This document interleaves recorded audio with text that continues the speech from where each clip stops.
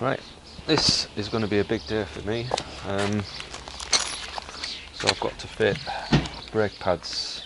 I've got to fit, I think, some foot peg lowering accessory. I've got braided lines to fit and a de-linking system, so I've got to take off all the original brake lines and convert it to conventional braking. Yeah, and then I've got a chain kit to fit, and then I've got to fit a service in as well, so all the fluids, spark plugs. What do you start with? So let's start with doing the service. I think get that out of the way, and then by that point everything will be stripped, hopefully. So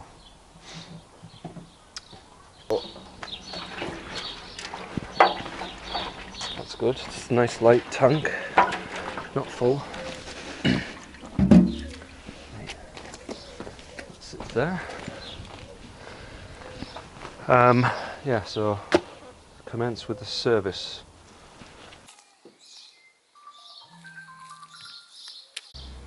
Okay, so we're about the 1 hour mark, well, give or take. Air filters in, spark plugs are in. I've got a plan, which is to do the brake fluid first, the brake line, sorry. I might take the mudguard off. Yeah, probably take the mudguard off, and then you've got to remove this cylinder here. I might just check that actually, because that looks a bit different to what I was expecting. So the idea of that is that's going to lock up this brake caliper here. So this goes in here, and then that'll prevent this from rocking, because the idea of this brake system is this piston here activates the rear, and the rear activates one of I think it's one or no, it activates both calipers but the middle piston, and then when there's actually pressure on this side it pushes more pressure in the back. It's a bit of a weird system, but it works, you know. I like it. I don't mind the combined brake system. I think it's pretty clever, but obviously it's heavy and it takes up a lot of space on the bike for possible failures. So over the years I think I've had one bike where there was a problem, and it might have been maybe 2 bikes possibly, but there was a problem with, can't remember, it was something to do with this valve from memory. So there was a little problem with this proportioning valve, I think it's called. Basically it was full of dirt, so it wasn't like a mechanical failure, it was just dirty from lack of brake fluid changes, I guess. Anyway, I should get on with this. So my plan is I'm going to try and suck out all the brake fluid I can, take off all the lines, and then I'm going to try my best to get rid of as much as possible, really, because the lines come up. I'm trying not to get confused with the clutch line here, but the brakes come up here and they go around here.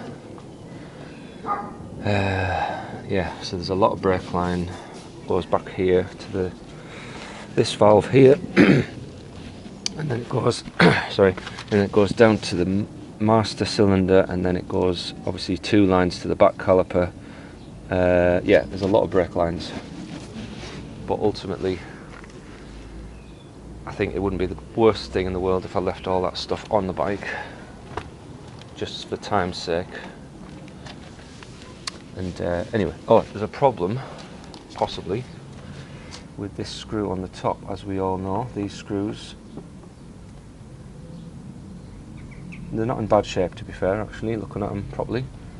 So there is a little bit of rust on them, but they're not completely worn away. Sorry about the sunlight, hopefully you can see this. So the bracket is on, you have to sort of set how far away this is, because it's got no wiggle room, so you've got to get it pretty close to where it wants to be. The front brake gets bolted to the top holes on the caliper, and the instructions state that you're supposed to put in a blanking plug on the centre piston, and it also says that you should drill out the bleed nipple so that it doesn't create like a pocket of air, basically, which is sensible. I think I'll just pull the bleeders out altogether. That'll save a lot of hassle. The rear, it's a bit more straightforward. So you basically double up your lines and you put them straight to the two ports on the caliper. There's a proportioning valve, I think it is, here where the brake lines attach from the rear, and there's also a line from the front, so I've took that off. That would normally go up the right side of the bike to there. There's one more line on the left side of the steering, which I think is this one, so I may take that off, I don't know. I mean, it's a bit pointless really, because it doesn't really gain anything. So what you take off is this lot here really. So you've got the left caliper hoses, the right caliper hoses, then you've got two that come down from the top, like the front brake, and then you've got the rear hoses in that lot as well somewhere.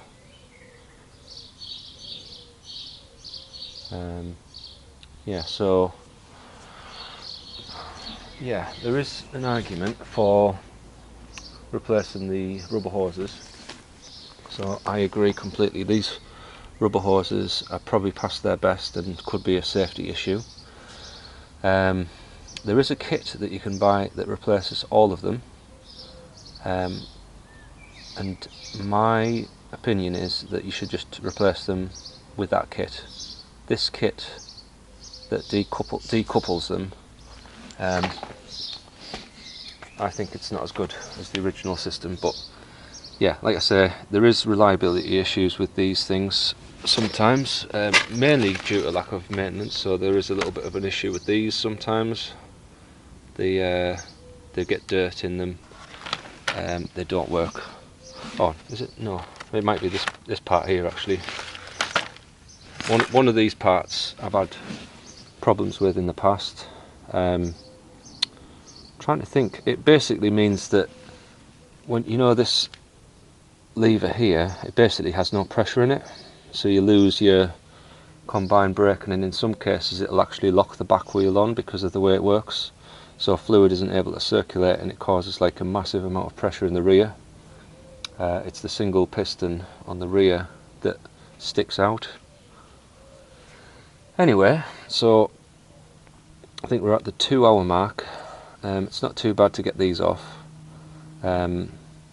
Obviously I've got to bleed them, and I've got to change the oil and the coolant, and then fit a chain, fit the brake pads, and that should be it, I think. There is a couple of extra banjos there that came in the kit, and plenty of extra washers, so I don't think I've missed anything. Anyway, I'm gonna what we're gonna do, I think I'll bleed the brakes first to get it out of the way, and then I can do the servicing and chain afterwards.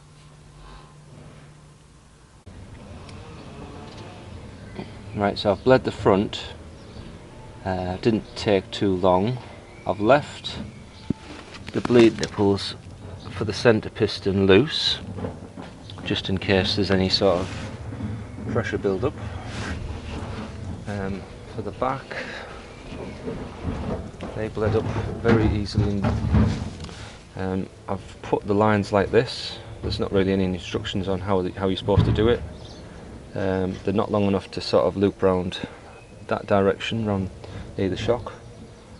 So this is as good as we're going to get, really. Yeah, the rear is pretty straightforward. It's just 2 lines and it's a pretty solid pedal actually, so that's all good. The front feels okay, but it's going to get some new pads in next, so that might push out any extra air that we've got in the circuit. I'm going to keep an eye on these in case they start leaking brake fluid if I push the pads out a bit more. The next thing is, after we've done this, basically take it for a quick test ride, make sure the brakes are working, and I don't think they'll be as effective as they normally are. Normally on these bikes you pull the brake and it doesn't take much effort to get them to stop, so they are a little bit overpowered really, but that's what they're like. So we're going to whip the calipers off, change all the pads. Just noticed something there. I wonder if that's just an oil leak that's developing, or is it just something that's leaked down from the top? It looks particularly wet, doesn't it? Oh, you can't see anything, can you? Yeah, that looks a little bit oily, that. That's a shame. I think this pipe might be on its way out. I'll have to keep an eye on that when I start it up. I'm going to put the tank on and then we'll change the oil after it's run for a little bit, make sure it runs okay. Yeah, so I'll do the calipers next. Pads. Do the pads next and then carry on with the service. So, update. I've drained the oil. I don't think there was a sump plug washer on, and it was pretty messy at the front of that engine, so I think it has had a bit of a leak. Chain cover, front sprocket cover's off. I'm just going to clean out all that nastiness, and then I'll put a new sprocket on, split the chain, take the rear sprocket off, put the link on. Hopefully it's the right length, because it's not one that I've brought with me, it's a customer supply one. I'll drain the coolant out while I'm doing that as well, and then give everything a good clean, and then we should be ready for starting it up again. Oh, and there was a little bit of an issue with the rear caliper pads.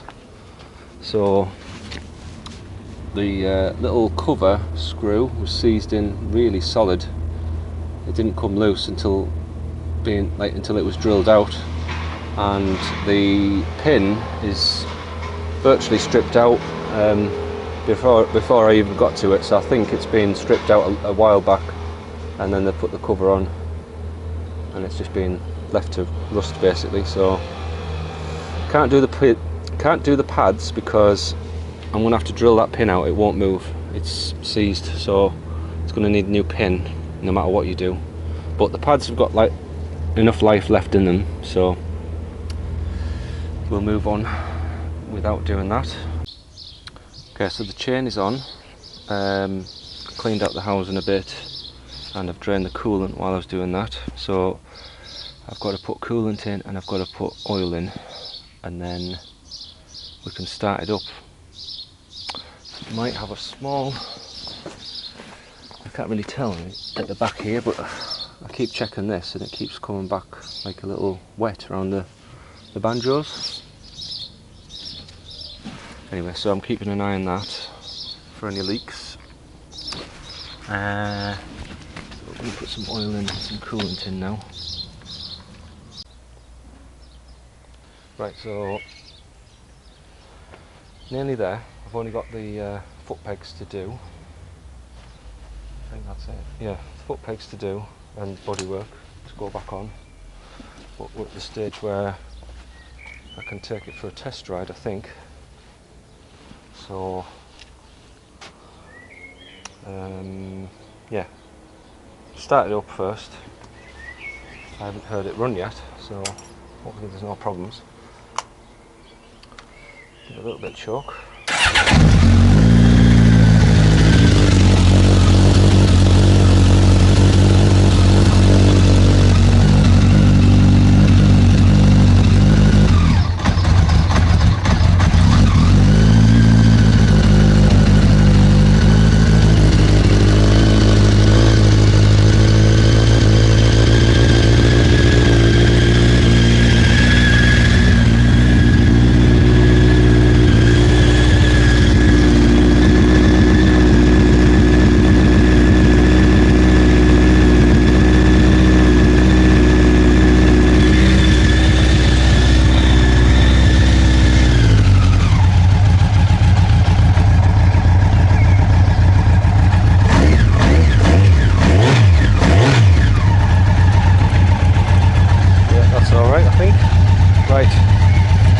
Take it for a test ride. I'll try and film it.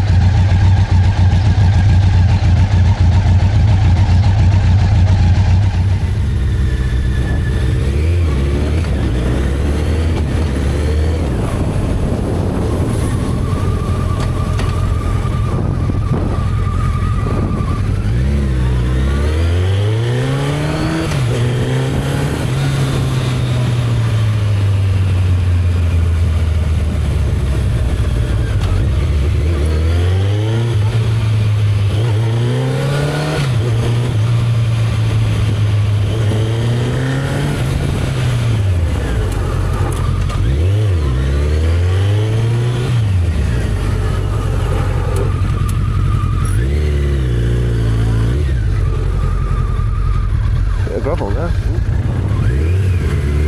Oh, there's up there down on it.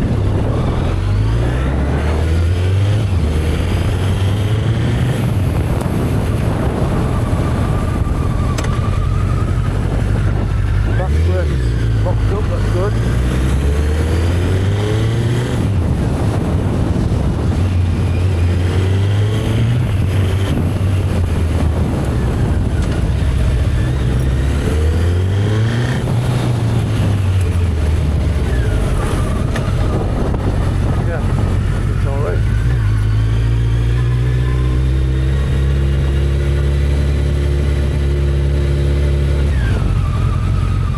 Too bad. It feels a little bit soft, like spongy on the front, and the rear it's pretty numb actually, so you've got no feel on the rear.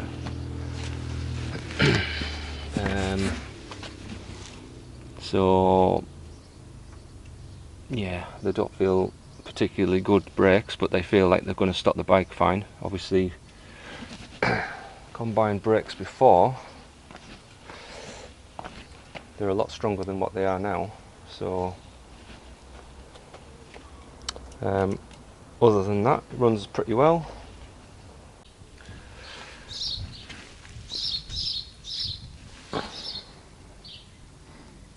Right, there was a little bit of an issue there at the end, so I didn't get a chance to put the lowered foot pegs on. Ran out of time today, so I think it was this caliper was sticking on slightly. I took the pads out both sides and cleaned the pistons up, and they weren't really that bad, but this one, or I think it was this one, it's just sticking on a bit, and it made it hard to push the bike.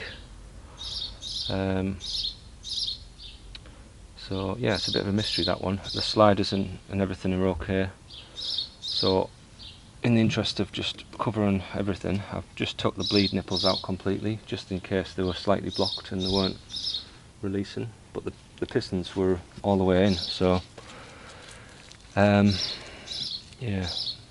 I want to point out that Hell are the brake lines that I've used, but they don't sell the kit for this conversion. Well, I don't think they do anyway, so just bear that in mind.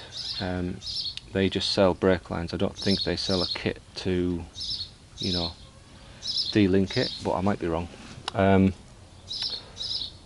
So I think the braking's alright. It could be better, but I think these calipers probably could do with a bit of an overhaul. With these combined brake systems, you've got 6 pot calipers on the front and 3 on the back. but when you put the back brake on and the front brake together, you get basically all the pistons working together.